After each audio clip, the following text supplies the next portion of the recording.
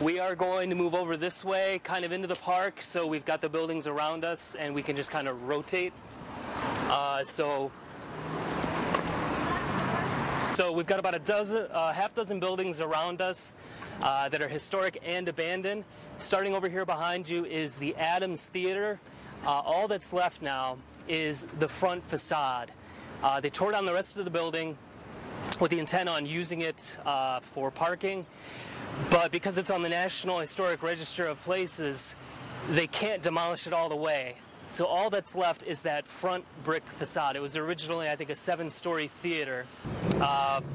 In the case of this building right here, the United Artists Theater, what they did is they've mothballed it, locked it up. They've gone through and redone the roof, taken out the asbestos. It's a beautiful, majestic theater built in the early 1900s. Instead of tearing it down, they've kind of put it into a lockdown phase where they don't have any plans for it right now, but if in the future a need should arise, they can bring the building back up pretty quickly.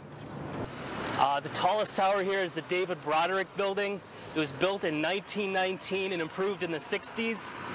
It's one of the tallest buildings in Detroit that's currently abandoned. The bottom floor, it's just been renovated and turned into a restaurant. One of the best views of the city from up there.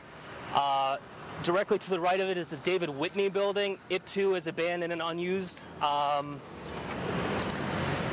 These two buildings aren't that much in terms of total square footage, but when you multiply it times 3 or 4, you get an impression on how much vacant office space there is in the city. It's almost impossible to fill. The last time I looked it up, it was somewhere well over 1 million square feet of empty office space. As you can see, just turning around, we've got 1, 2, 3, 4, 5, 6, 7 major skyscrapers that have no tenants in them. They aren't necessarily abandoned, but they are closed and they are unused.